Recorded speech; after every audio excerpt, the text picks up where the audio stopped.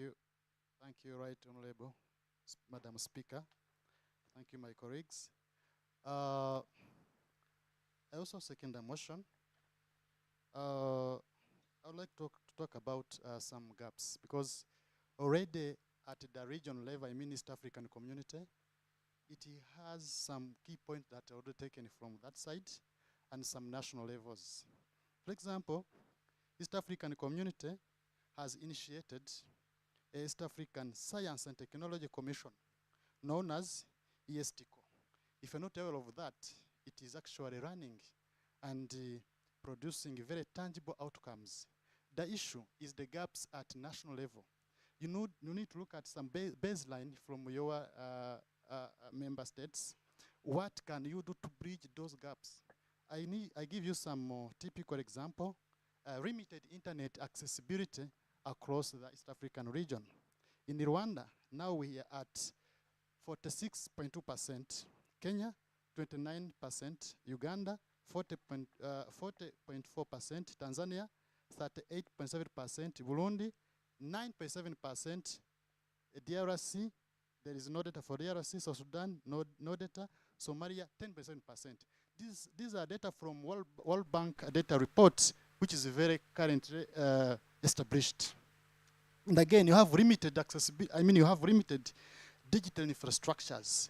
And if you see people from remote areas accounting higher percentage than people from urban areas, they are not accessing these facilities. So these are the gaps that we should discuss how we can bridge them, because already East African community has different initiatives, but how can it be decentralized up to national levels?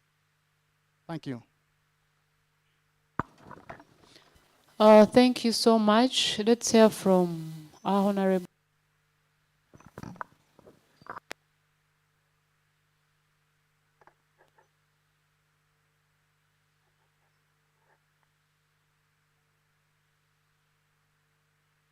Thank you, Madam Speaker. I rise to support this motion that has been moved by the honorable member. I didn't hear your name, sorry.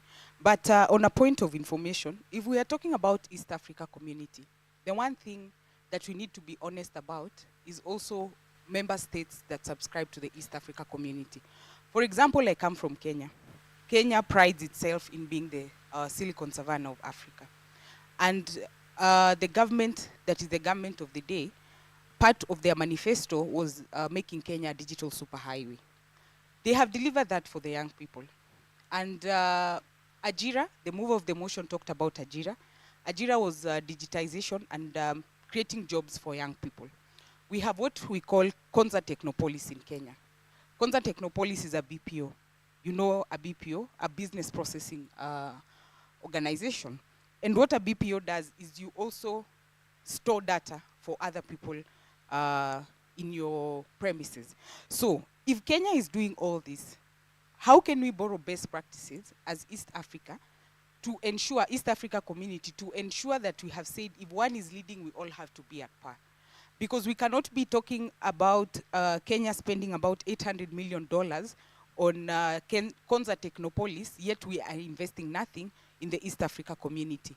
On 5th of May this year, there was a meeting of African presidents in Korea. Our president was one of them, and he got 40 billion funding for that Konza Technopolis. On digital and cyber security, we have what we call NC4. It's a government agency that is coordinated by the national government on cybercrime and security. So if all these things are working in Kenya, how can we borrow best practices to ensure that what we are pushing for in East Africa community can also work? Because we have seen it work in Kenya. We are the pioneers of M-Pesa. We all know what M-Pesa is. M-Pesa, in fact, when you go to the US, in this Silicon Valley, it is in their museum. M-Pesa is one of those inventions that are in the Silicon Valley Museum. So if we can make such strides as Kenya, how can we then borrow best practices as young people from the East Africa community, and specifically East Africa Youth Parliament, to ensure that we borrow those practices and see what works for us? Because we've talked about opportunities and collaboration for development. When you talk about digital opportunities, what exactly do we want to do? And the mover of the motion has told us some of the programs that are under East Africa Community. But what do we want these programs to do when they go digital? Because it's not just about going digital. They go digital and then what? One, he's talked about access of information, which is a good thing. But we've gone digital to do what? Business opportunities. Yesterday when we were talking about tariffs and non-tariffs, can this digitization, also come with easing how businesses work for young people? That if we are talking about licensing, can we get some of those licenses online for young people? If we are talking about those tariffs, can we pay? In Kenya, we have something called e-citizen. All government services have been offloaded to e-citizen. So you don't have to walk into a government office. You can apply for everything seated from where you are. All you need is M-Pesa and your phone. So some of these opportunities, how can we leverage to make sure that they work for the youth in East Africa? When we talk about a youth who wants to come and do something in Kenya, it is available online. Is it available for the other youth in the East African member states? You know, so some of those things, I think, is what we should debate. Thank you. Thank you so much, Honorable. Let's hear from the Honorable from Uganda.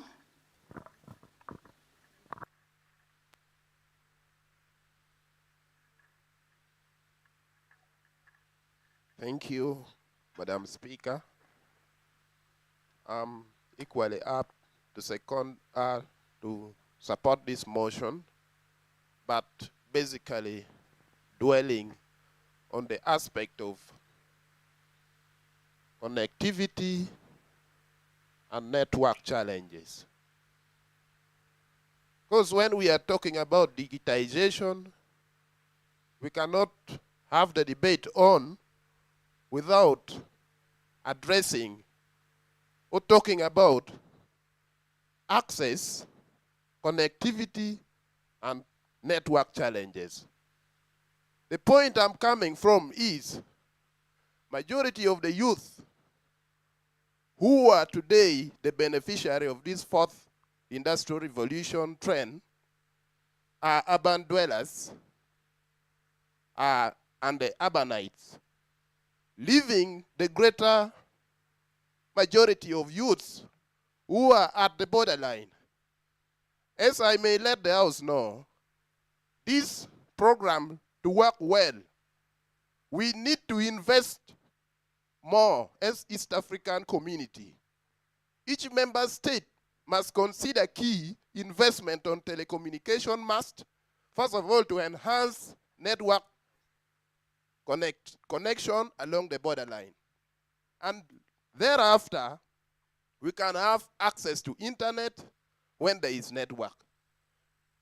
It's a huge challenge for me as a Ugandan trying to link for market opportunities via digital space to South Sudan because we don't have network along Musingo border.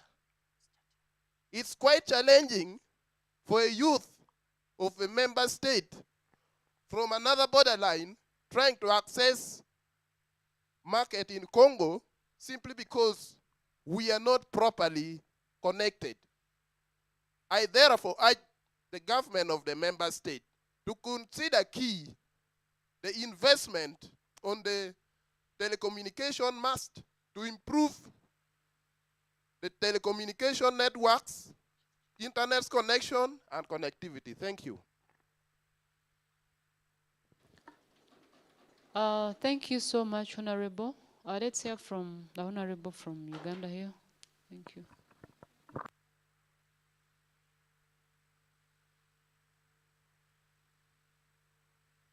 Yes, I think I'm happy that this motion is taking shape now, having been moved again by another honorable member. Just to add more on some of the programs they had added in here, I also want to bring to the attention of this sitting that the taxation on internet has been consistently increasing. However much over the years also, the cost of internet has been reducing. Honorable from Rwanda did also mention on how the cost of internet is over the years. Recently in Uganda, we had what we call the OTT tax, and as we speak now, social media platforms have been blocked in Uganda. For you to access Facebook, you need either a VPN, and ever since the last elections, this has not been opened. We believe this could be opportunities in which we have a better engagement of our citizens if we're talking about digital economy. Someone just talked about rural access, and it is real. As we're talking about the fourth industrial revolution, the world has entered into the fifth industrial revolution where Internet of Things is taking the core lead. We are now talking about 4G when the world has moved to 5G, because that is where we want telemedicine to come on. ESC as an integral body is developing what we call health interventions on developing strategies where people can access telemedicine and be able to access. We did talk about issues of the current programs being linked. The issues on creation of job, can it be in a way that even if I apply in Uganda, I don't need to daily move to Kenya and work, I can work from home using the digital platforms? Because the cost of flying in East Africa is very high, not like in Europe where someone can be in Kenya every day is flying to Uganda to work and come back. So can we have a digital environment where access is there even if I'm in the village? I can be able to work from home. There is a program, what we're saying prioritize means just the member states should put this a key priority in their budget lines. If you look at what the ESC has been doing, it is looking at what we call the digital, the D4D hubs. This has been funded by EU, is collaborating with ESC. But what we're now trying to say is, can member states also put this as a priority in their budget? Uganda's Vision 2040 looks at using ICT as a major boost to our economy to reach that first economic status that we had always want to aspire for. But this cannot move without ICT being funded. This is our strategic goal we're looking at. We have been talking about issues of the ESC digitalization transformation. In Uganda, the URA, the URA system digitalized these systems.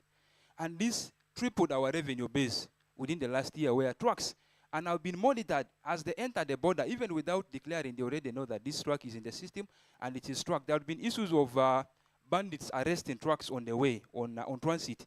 But with now the digitalization process, me as an investor, as a business who is transiting my goods from Mombasa port up to Uganda, I can be able to sit at peace just from my phone and monitor how my goods are going on. At the same time, government is also benefiting. That there are moments whereby goods will enter Uganda, pretending to pass to DR Congo, but they end up being sold in Uganda, losing revenue because these were exports on transit. So these have been solved through digitalization of the URA system. Our passport now, we have a common passport, the ESC passport. This has been possible because of the digital economy, the digitalization of this process. Now, the same passport I have in Uganda can interact with the same passport that a Kenyan also has, because there's a blockchain technology that has been developed. The word blockchain that sounds big now can be understood how we entered the borders. The same passport that has been there. So in just a nutshell, I must be able to say this is a very good discussion. I think over the years also we need to understand that internet has reduced from unlimited internet in Uganda used to be at over 100 US dollar. But now it is at 25,000. You can 25 US dollar. You can get 10 Mbps unlimited without going off the whole. But that is still expensive. Rwanda has even gone below that. They are spending less than 15. So I think this discussion is for all of us, the Gen Zs. We saw how this influenced Kenya's decision making. So if we can discuss this in the way we are moving now, we have a better future as youths. Thank you very much. Thank you so much, Honorable. Let's hear from the Honorable behind as we wind up. Please, 1 minute.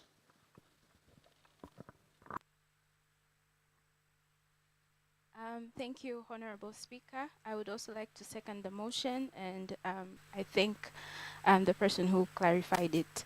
I second the member states that pointed out on the marginalized groups, and would like to propose that different mining, gas companies, and different industries that are located, international and local, that are located in the marginalized areas, should the government should come up with policies or bylaws that would ensure that these companies give out their CSRs to digitizations of these marginalized groups. But also, I would also urge that the projects that will be taken out in these various schools from the secondary level to universities urge on projects that are will need digital skills. Hence, everyone would be required to actually use the digital skills at the end of the day. Thank you. Thank you so much, Honorable. Let's hear the Honorable from Kenya. She's behind.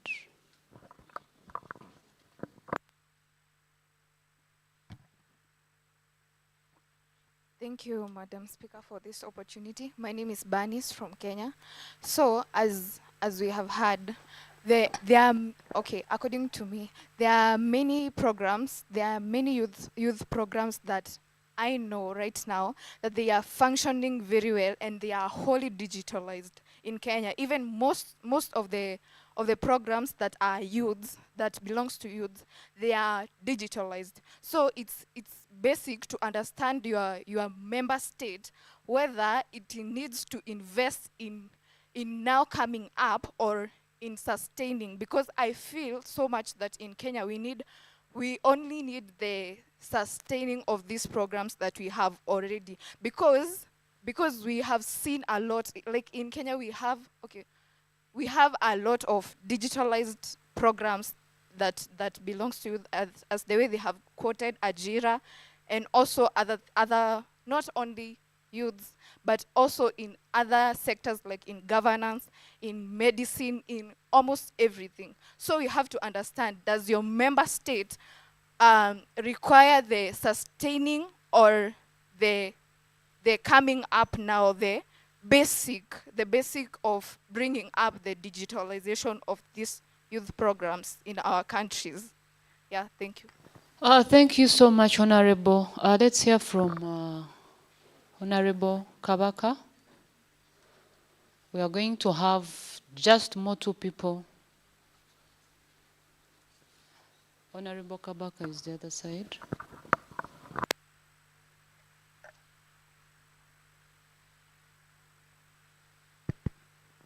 Thank you so much. My name is Kabaka Omega. I'm from Rwanda.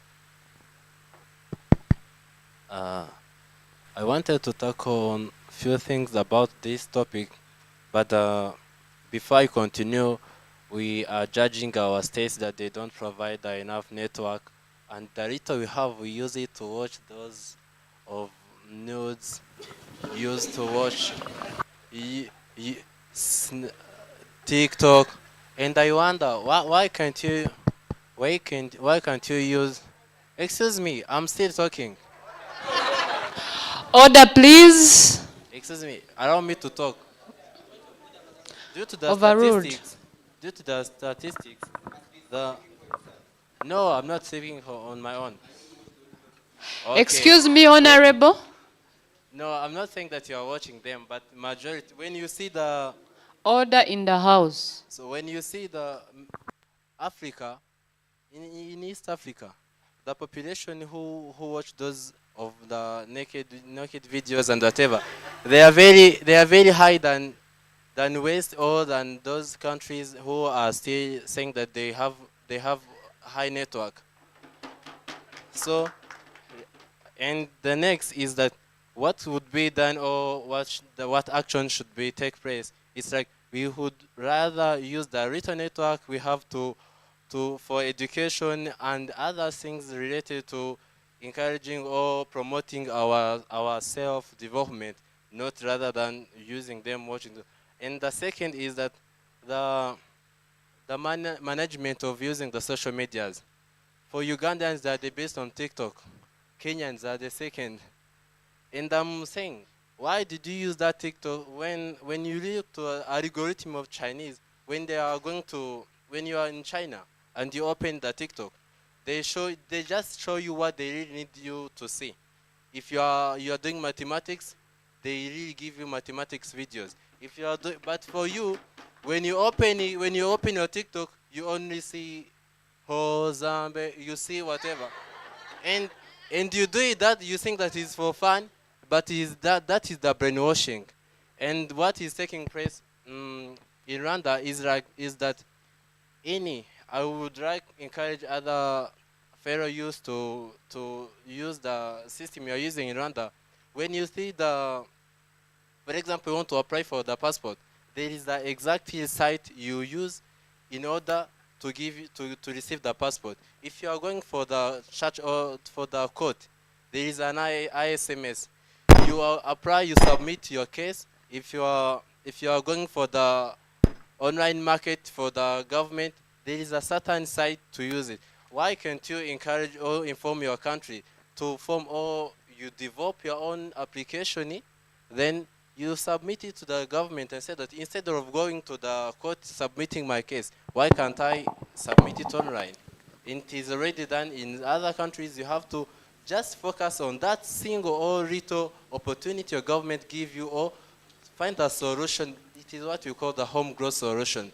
Make your own little solution, submit it to the government, propose it. If government is saying that so that suggestion you're giving is working, government will support you. But if you keep crying for the network and the little you have, we have seen what you used to, what Honorable you really time. use it. Yeah. In ending and concluding, I'm encouraging my fellow youth to just tell their government maybe the increase and access to the internet and the capacity of building their digital infrastructures, enhancing the region integration and the collaboration. If you see the system is working in Rwanda, tell your state to open it in your country. It is really good for our fellow youth. Thank you so much. Thank you so much, Honorable. Let's hear from the Honorable from the other side.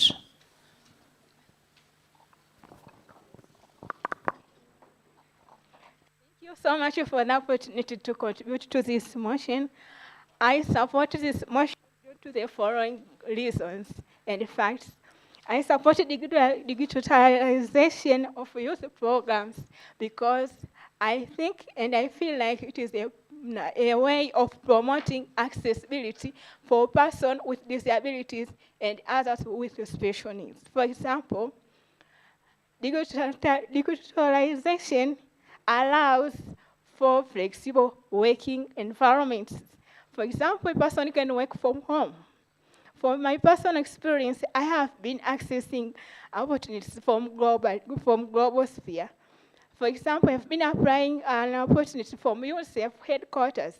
I have been sitting for interviews through Zoom and through other digital platforms. This shows that if we digitalize youth programs in East Africa region, that means a person from Tanzania can access an opportunity in Kenya or in Burundi, in Sudan. Now, if a person from Tanzania can work with a person from any part of country member of East Africa region. So I support this motion because there are so much advantage for us youth to participate in economic opportunities and other opportunities. But also, digitalization calls for youth to learn for digital skills. Therefore, this will fix the gap between youth with disabilities and other youth without disabilities. We know that due to inaccessibility and discrimination, persons with disabilities or youth with disabilities are left behind into accessing digital opportunities. Therefore, I can say that adding on this motion, we need also to invest in providing digital tools for different particular groups. We know as youth, we have been facing unemployment and therefore poverty. Therefore, this way, those tools also we need to access digital opportunities are not that in the affordability of everyone. Therefore, when we invest in providing those digital tools that empowers different youth to access digital opportunities in East Africa region. Thank you so much.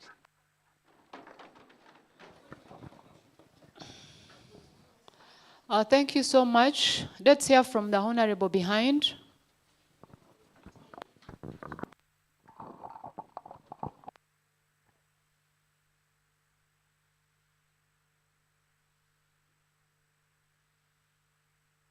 Yes, thank you, Right Honorable Speaker.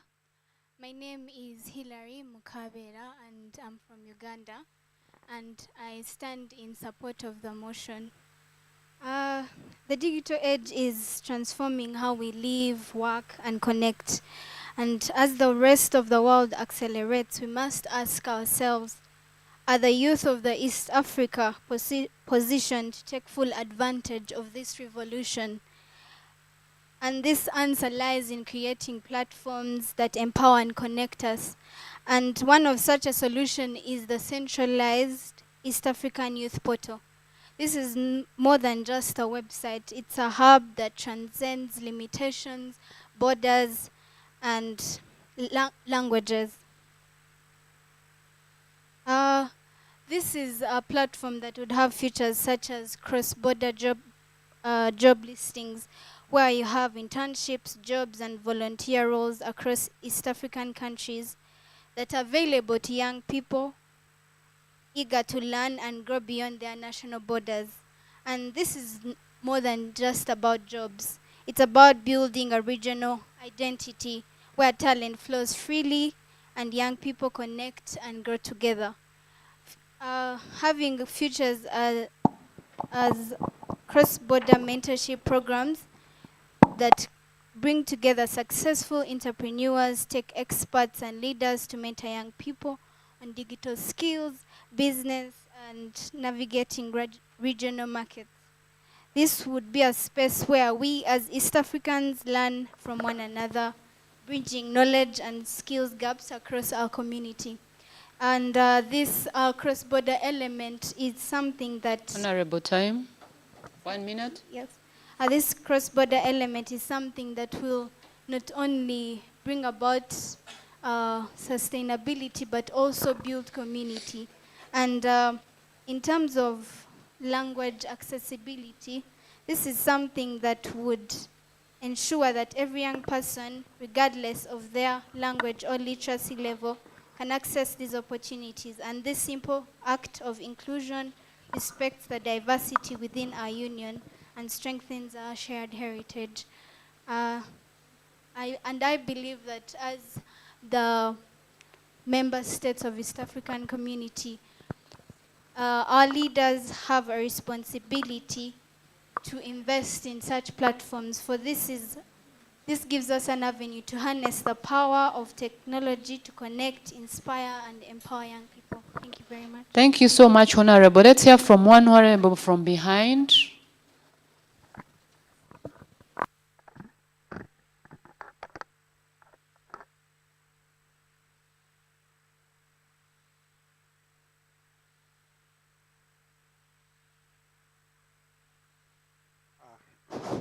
Thank you, Madam Speaker. Thank you, Madam Speaker, for giving me this chance to air out my views on this motion. I think I'll give my input on this. First, before we discuss the motion, we need to ask ourselves a question of assessing the level of digital infrastructure and technology in the member state.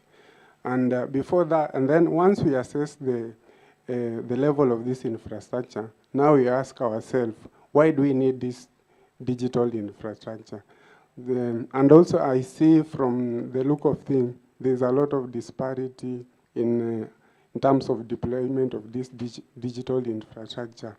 As from Kenya, we are at the peak of deployment, and you need to borrow notes from us. You see what we are doing. And other countries, I see they are still behind. We need to assess and see the need of each country and see what we can exchange from one another. And also, we need to ask ourselves, why do we need these digital platforms? So in that point, we need this digital platform first is to expand access to this information and opportunity, and ensure the user access this equitable access to essential information like job opportunity, internship, projects. And also it will reduce disparities in access to disparities which are caused by geographical and financial limitation. And also another point on why do we need this, to also enhance collaborative development in across border. This will help us collaborate on projects, share insight, and create solutions. And also in that, we'll also common digital space we can foster in a unified sense of identity and purpose. The third point is ensuring there is efficiency and transparent in youth engagement. This is through streamlined processes and increased engagement. reducing the bureaucracy. And also fostering digital skills is my last point, and the innovation. This will help us, the youth, to get skill development on digital literacy and giving them essential skill for modern workforce. And also we become competitive edge as the world is going global economy, which relies on these digital infrastructures. Yeah, and all this also need to invest on policy and investment need, align with collaboration, and have long-term commitment. Thank you. Thank you so much. So we are going to vote for the motion.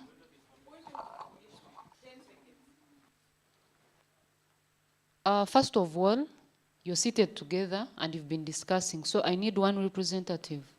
That's the three of you, I see. So I'm giving Elijah, the Honorable Elijah, inform us and we end. Thank you, Honorable Speaker, for giving me this chance to add something that is informative to this House. Honorable Speaker, there are some questions that we ask ourselves as the youth. How is the digital space, which impact is the digital space creating in our lives? Especially before we integrate the digital issues, how is digital working in your country? For instance, Honorable Speaker, how I wish that the EAC can initiate one network that is functional to all countries. We have been having issues that when a Ugandan comes to Kenya, their lines start roaming. When a Kenyan comes to Tanzania, our lines start roaming. Can we initiate a one network that when a member from every partner state goes to any state, he can communicate and do his works effectively? Honorable Speaker, there are some of the mechanisms and frameworks that we need to put on board to ensure that the digital space is working. Number one, if we can develop a roadmap and constitute a founding board that will spearhead the establishment of the youth programs in the EAC region. And we also have to draft an inclusive strategic plan. And when we talk about a strategic plan, ensure that we have funding. We must budget that if we need to establish a digital institution in every member state, we have to budget, and also to ensure that there is mandatory contribution for every member state to ensure that we have effective running institution in every country to ensure that our digital spaces are being used. For instance, do we have an issue that has been going your viral? seconds Thank you. are getting done. Thank you. We have an issue that has been going viral of this man called Balthazar Engonga from Equatorial Guinea. And let me tell you, honorable members, that how is that impacting us? Because it is we, as the youth of Africa, who are spreading such information. Right now, if we go to, when we speak of the Western world, you can never see a US guy or a Germany guy or a UK guy posting negative things or against their their native countries. But it is we Africans that are posting negative things in our all digital spaces against our own countries. Then how do we expect the tourism to grow if we are we are poisoning it? So honorable members, thank you so much, Honorable. So we are going to vote for the motion. Thank you for your... No time, please. Thank you so much. So we are going to vote for the motion. As the motion of the East African Youth Parliament urging East African community, member states prioritize and invest in digitalizing youth programs at a regional level to expand youth access to East African community opportunities and collaborative development. As many as of the opinion say aye. As many of the opinions say nay. Excuse me, honorables, we are voting for the motion. That's what, so I was reading for you the motion for those to say aye or nay. So I am repeating it for the last time. Thank you. As the motion of the East African Youth Parliament urging East African community, member states prioritize and invest in digitalizing youth programs at a regional level to expand youth access to East African community opportunities and collaborative involvement. As many as of the opinion say aye, as many as of the opinion say nay. So thank you so much. We are going to adjourn the House and we are going to use 15 minutes to go and have breakfast. We come back for a second motion. Thank you so much.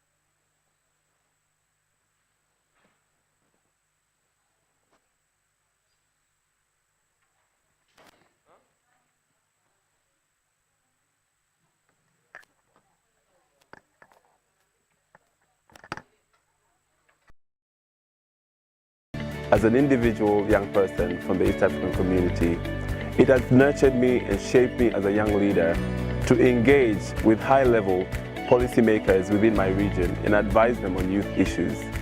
It's been an opportunity of a lifetime whereby I get to explore my leadership skills and be of better service to the East African region in the voice and representation of young people of the East African region.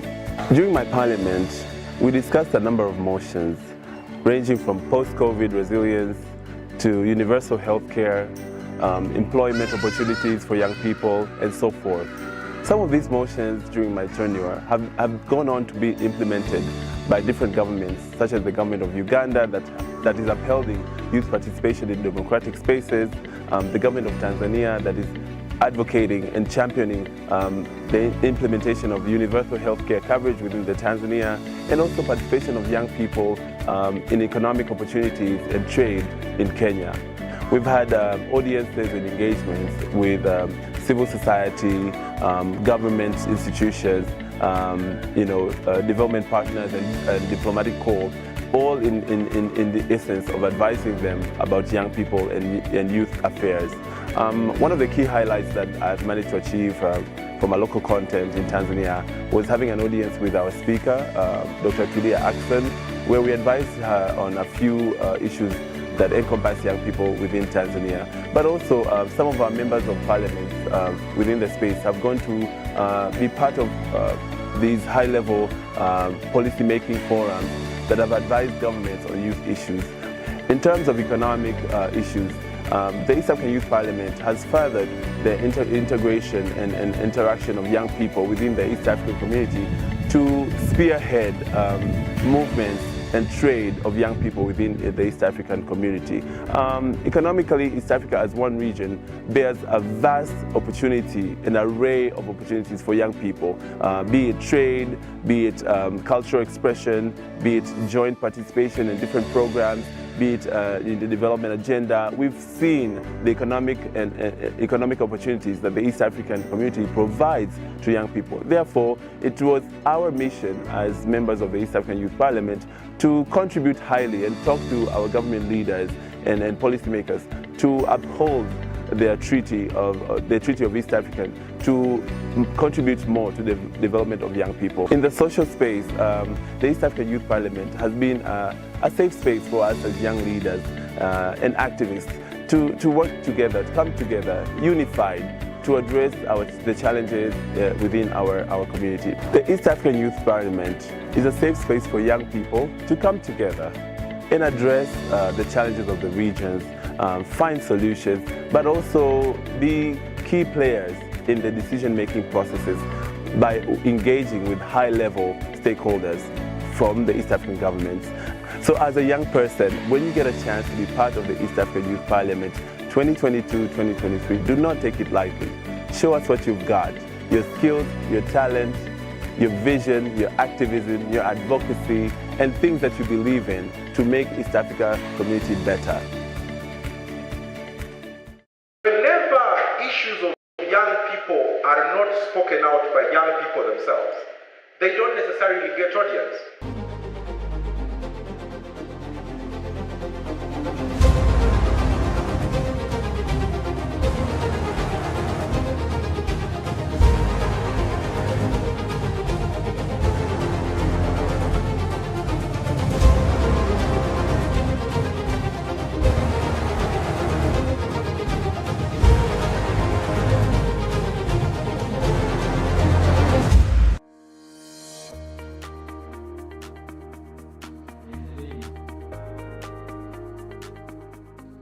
This being the 6th edition of the National Youth Parliament, organized by Faraja Africa Foundation. Yeah. As always, the drill is you have the regional parliaments where youth get to debate on various issues. So how were the regional parliaments of this year? Well, quite interesting. They were bigger compared to last year. Remember, because last year we still had COVID, that was, sketchy. This time around, we had bigger numbers and we had wider participation. This year's Central Regional Youth Parliament has been an interesting one, where I've had young people come together and deliberate on issues that are actually pressing us. We are giving those spaces to exercise and also give out our views to those local governments. We will cry and cry and cry until Jesus comes back. So far, this is the first youth parliament I've attended. Physically, I had attended the virtual one in 2021, but it has been a beautiful experience. A lot of brilliant people to meet, seeing the youth passionate about the matters of the country. I think each year that gets by, the youth parliament becomes more interesting and it gets better. It's a very enriching experience to see young people debate on pertinent issues that affect them in society. It's a blessing to tap into their cups of wisdom because, they give us a fresh feel of what is going on at the grassroots, where we might not be able as leaders to reach on a daily. So young people's advocacy, strengthening the youth voice, is a platform that we really need to fully utilize, and the youth parliament offers it on a silver platter. The question the youth are asking out there, how do you choose this member of parliament to come on the floor of parliament?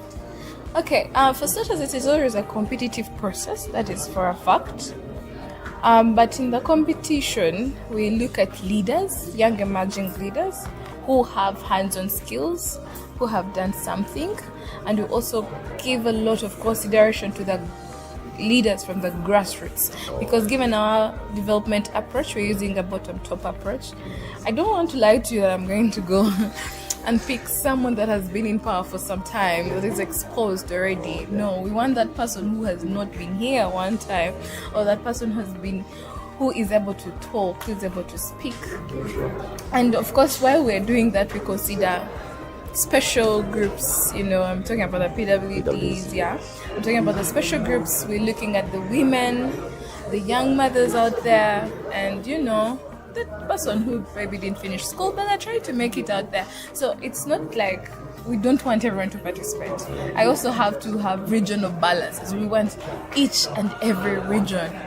I was so inspired by the sessions. When I was cheering, at some point I got lost in my head. I said, imagine this was the real parliament, because the people were really respectful. Under my guidance, I managed to imagine in 30 minutes, 18 politicians speaking to the point. That was special, and we need to improve this, keep on going with this. Now, one day is not enough for everyone to understand the content of the motions. We tried, but we can only try. So this has inspired me. I want to really talk, say, okay, what are the chances? Can we see, like, is there any chance that we could keep on these conversations? Maybe even if it's quarterly. Because this crowd, if they have another chance to debate, they'll just get better and better and better. So the issues that were carried out from all these different regions were put together, and of course we used the whole problem analysis sort of method to come down to the motions that we've discussed today in the chambers. During the event, we had 3 motions, but one of the most outstanding motions that really touched me was the motion on cattle rustling in the eastern part of Achule sub-region and Karamoja. This is something that we have been talking about. We tried all angles, and when this thing was brought, and I believe what we brought out here will again spark fire on the government to at least act. Traders who have handed over their guns to the government, you will find that they have been promised that maybe we are going to give you these livestock and other things to do. Because what the Kejongs knows, most of them they know about only cattle keeping. There should be an alternative of other things so that they don't go around and killing people, taking away the cattle. They should know that without keeping the cattle, we can also survive on our own. It is not only about the cattle raids that is taking place. As I speak right now, families are leaving their home as early as by 5 p.m. to go to seek for a refuge in one of the nearest places that they feel it's a bit safe. One of them being churches, institutions like schools, just that they can comfort themselves in. Because these cattle raiders are no longer only taking cattle, but they're also killing people.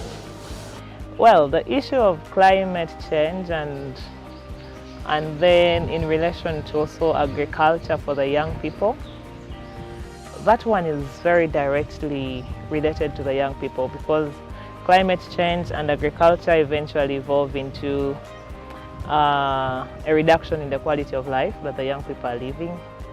And if young people cannot live a certain quality of life where they can have their basic needs and all that, it can set grounds for other challenges to rise, especially community-based challenges. We've had a discussion around land, and this has been a very big challenge where we have people have been losing their land grabbers. We've had people owning miles and miles of land in this place because of the different bureaucracies that rotate around land, lease, non-lease, but we've actually come to discuss this as young people because in the long run we are all affected.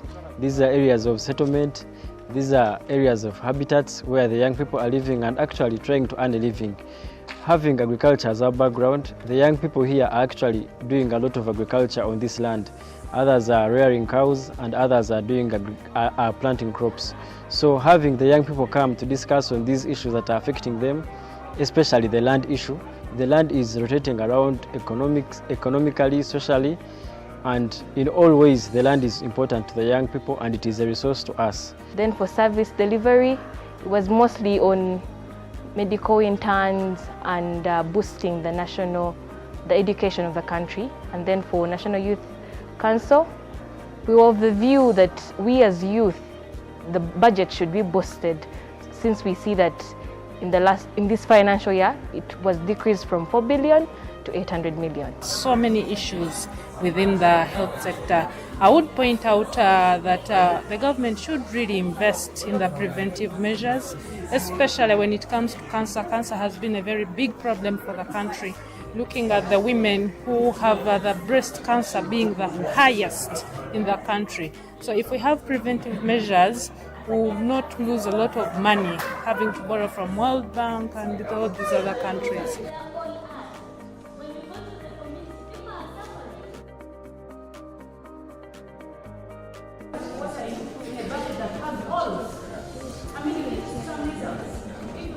The greatest challenge that I identified is research. You see, when you are invited for the National Youth Parliament like this, you should come well equipped with knowledge, with information on what you are going to debate about. You notice during the debates in the House, there were a lot of challenges. People were challenging each other on information, on falsehoods of speaking this and that. So it is very important that moving forward for the future, young people should always invest their time to research about the issues that they come to speak about. It only does not distinguish them as prominent leaders in the future, but it also substantiates debate better for policy shaping. The theme is in line with our International Youth Theme Day. It's about green skills. So we are trying to advocate for climate change. We also incorporated better livelihood. You know, climate affects us in every sort of way. Green skilling is one thing that we need to push across the divide. Not only young people, but young people are the center of it, because we are the drive to sustainability. If we have the young people of today each acquire a green skill, then you can transcend it to another young person. And a green skill does not require a budget. It could be the basics of just protecting your environment, being cautious about environmental degradation, seeing how best we can have as many young climate change agents as possible. For the two motions, the first one was on climate change. That is something very urgent. I'm personally going to take it to the Ministry of Water and Environment. I already have a meeting with the Commission of Climate Change. Wow, you're already working. Yes, we already. I have a meet, not in my office, but as an individual. Wow. So with the guidance of Faraja, I should be able maybe to try and table some of these things. There are opportunities to train young negotiators on climate change. Personally, I negotiate for government on climate change. I was in Germany last month doing that work. There's COP. So all these are training opportunities. We must table them, especially the climate change thing, and continue with the conversation. We are not implementers, but we have to push, learn how to lobby our agenda. The issue of climate change and then in relation to also agriculture for the young people, that one is very directly related to the young people, because climate change and agriculture eventually evolve into a reduction in the quality of life that the young people are living.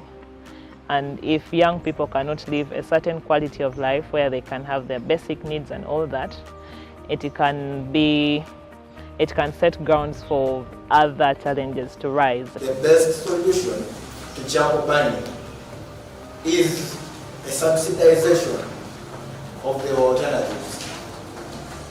If government sees fit, then they should subsidize electricity. With the big theme of green skilling of the youth, this addresses the core issue of my generation. We have big population of the youth, not guided, without any meaningful skills. That is why they go into forest and cut everything down for very temporary need. But the big issue is, as legislators, we shall take it upon ourselves that going forward, when a bill comes into the floor, we need a certificate of environmental responsiveness and also bias on the youth, so that every agenda actually affects the youth. To the organizers, this is a very good platform for the young people to express their views, and I hope that once these resolutions are taken high up to the ladders, feedback can be brought back to the people who initiated the conversations, and they can understand how their submissions fed into the national policies that are formulated.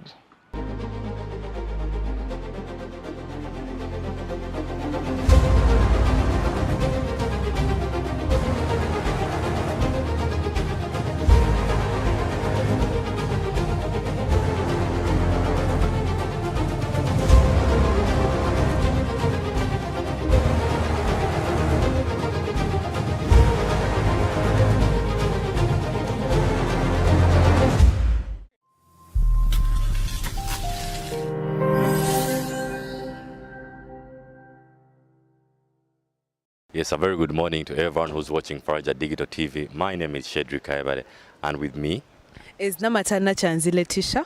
Yes, today being the 5th day of August, we are live at the Parliament of the Republic of Uganda, whereby today is going to be a very different sitting. It won't be the ordinary sitting of the parliamentarians of Uganda. Instead, it will be the youth of the parliament sitting today.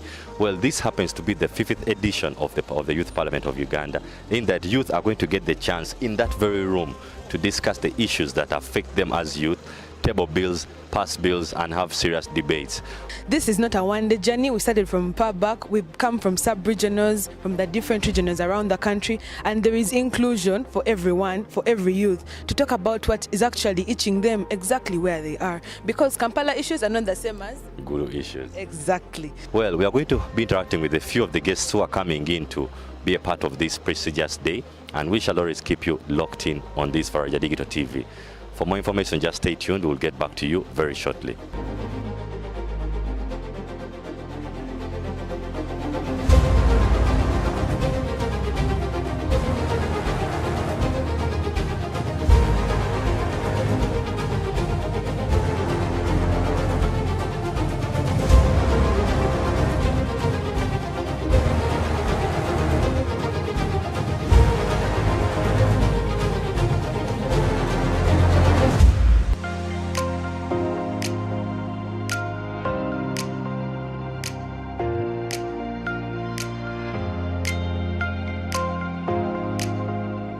Because I believe that together we can generate a new breed of African leaders.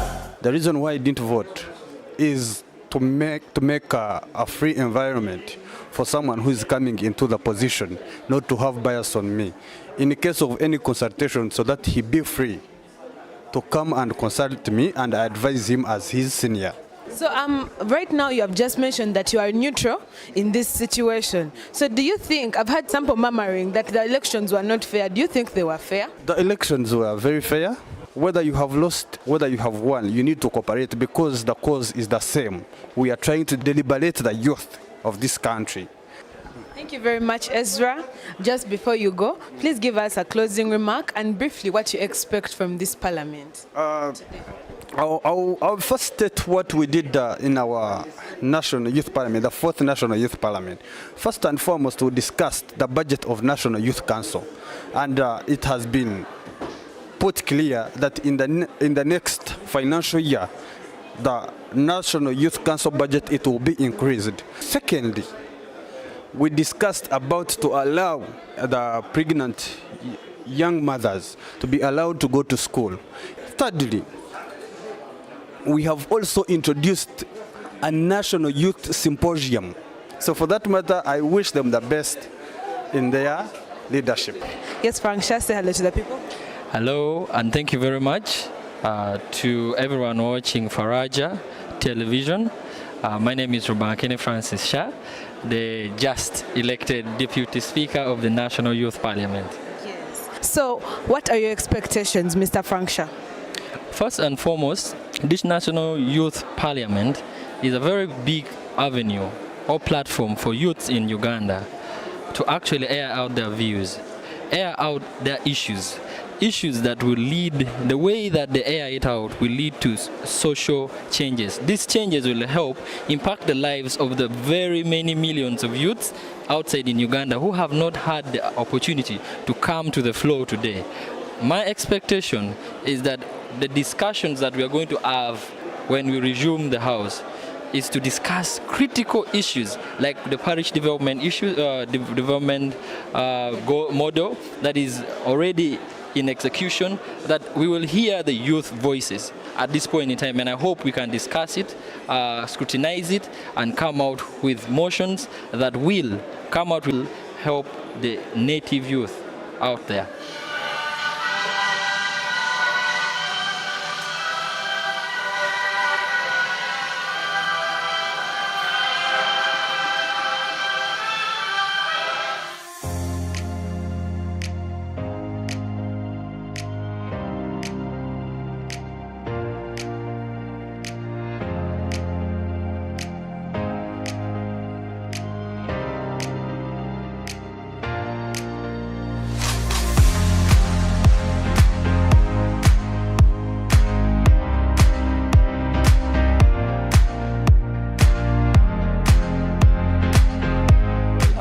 see in my background is the youth that have been a part of this very prestigious event.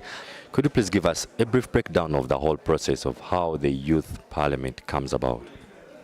For starters, you know, our country has a very high percentage of the youth. Most of us are quite young. So the selection itself, we had over 2,000 participants, 2,000 applicants, sorry. We had over 2,000 applicants and we had to come down to 150 participants. And this was because of the COVID. You know, we are restricted in terms of numbers, and also financially we can't cater for the millions that we are in this country. I want you now to tell us, I know along the way, preparing such a very successful event, there are those hiccups you face as organizers. So briefly just tell us a few of the challenges you got. A few of the challenges I got were most of the applicants wanted to be part of this, but I couldn't have most of them on board. So I am having different lashes out on social media and all that. I'm having calls, I'm having, you know, different people coming to me and wondering whether or not part of this. Yeah, it's quite a big challenge, really. And I'm hoping maybe once the economy stabilizes and we get to have also a proper health system whereby these pandemics are no longer scaring us, we can have a bigger number and we can get to have more people on board.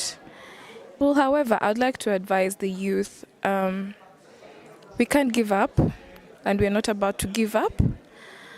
We keep trying. That's every day we wake up and we're like, let's just the bread. Let's, you know, let's work, let's start the day, let's try again.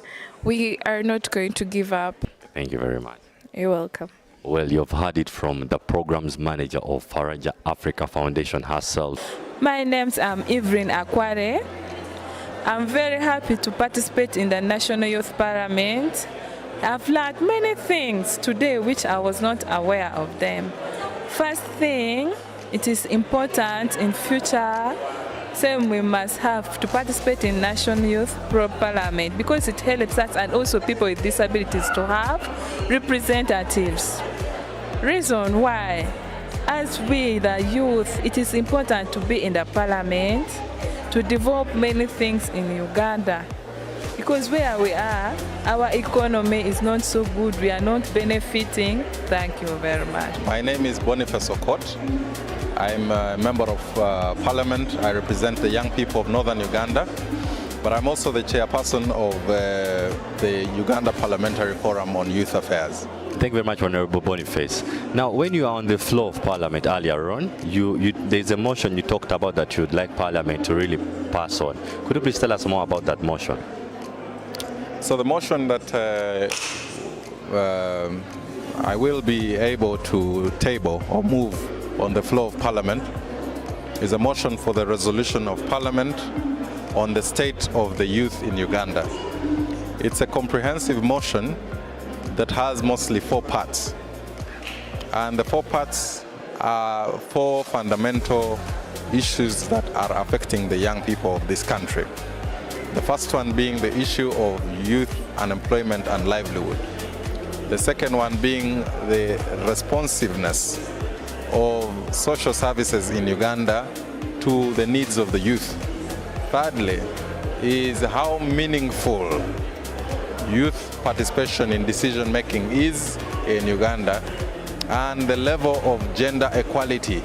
And then number 4 is on the issue of climate governance. So these are all issues that we want to squarely deal with and see the level of involvement of the young people in these particular processes. So on that same day, I'll also be able to table the resolutions of the National Youth Parliament for onward transmission and for action. Thank you very much. Yes, once again, thank you so much for staying tuned to Faraja Digital TV. As the saying goes, even the best dancer leaves the dance floor. So what we began as a journey in the morning has finally come to the final end of its lap. So Letitia, tell me, what was among your climax effects of the day? Oh, I was very surprised to see that people with disabilities were well represented. They had very good points. People who are online actually had the best arguments. I was really impressed. I don't know about you, Shedrick. I was very impressed with the way the youth really debated their issues. Of course, there were little irregularities here and there, but still they made sure their voice was heard. But let's hope and pray that the government of the Republic of Uganda and the Parliament of the Republic of Uganda really put into use what the youth have told them. Faraja Digital TV, I remain Shedrick Kaibale and Namata Letitia. Stay tuned and we love you. Thank you, we love you so much. Live from Parliament.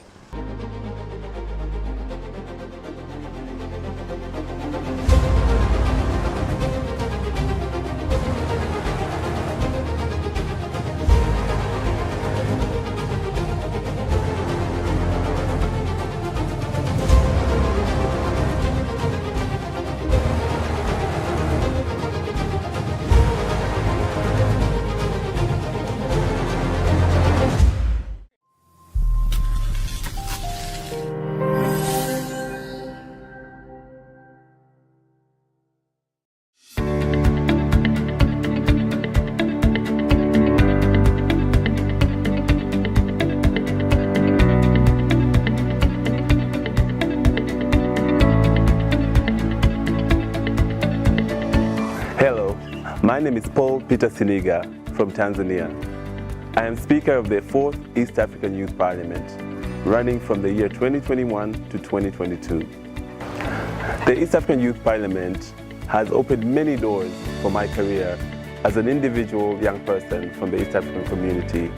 It has nurtured me and shaped me as a young leader to engage with high-level policymakers within my region and advise them on youth issues. It's been an opportunity of a lifetime whereby I get to explore my leadership skills and be of better service to the East African region in the voice and representation of young people of the East African region. During my parliament, we discussed a number of motions ranging from post-COVID resilience to universal health care, employment opportunities for young people, and so forth. Some of these motions during my tenure have gone on to be implemented by different governments, such as the government of Uganda that is upholding youth participation in democratic spaces, the government of Tanzania that is advocating and championing the implementation of universal health care coverage within the Tanzania, and also participation of young people in economic opportunities and trade in Kenya.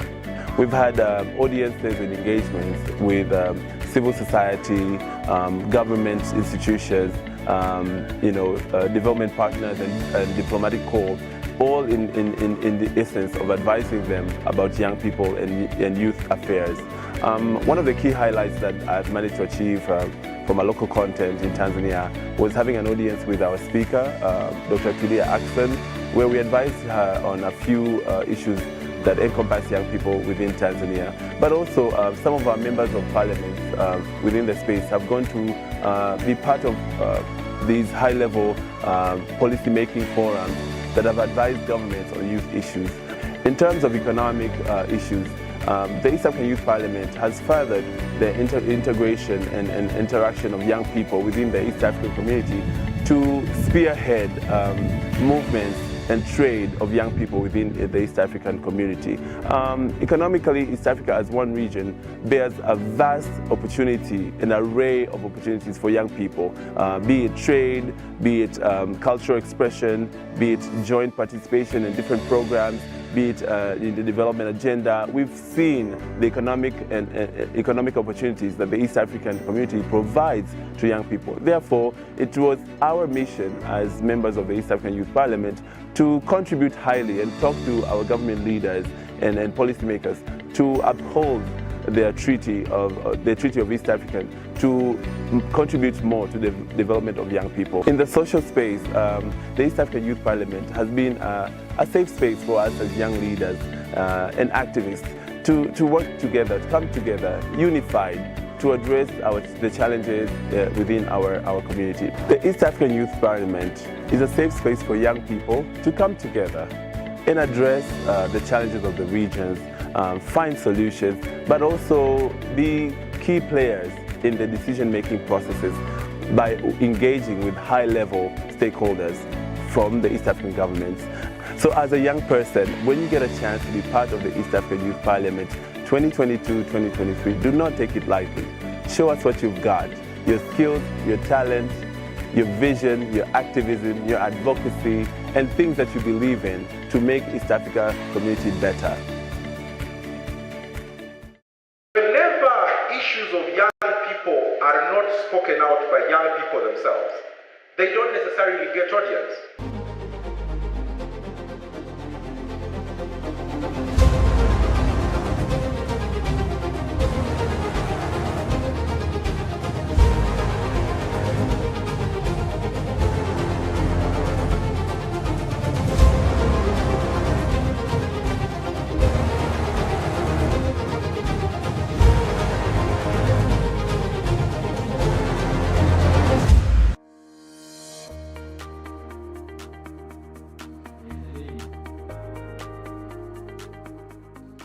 This being the 6th edition of the National Youth Parliament, organized by Faraja Africa Foundation. Yeah. As always, the drill is, so how were the regional parliaments of this year? Well, quite interesting. They were bigger.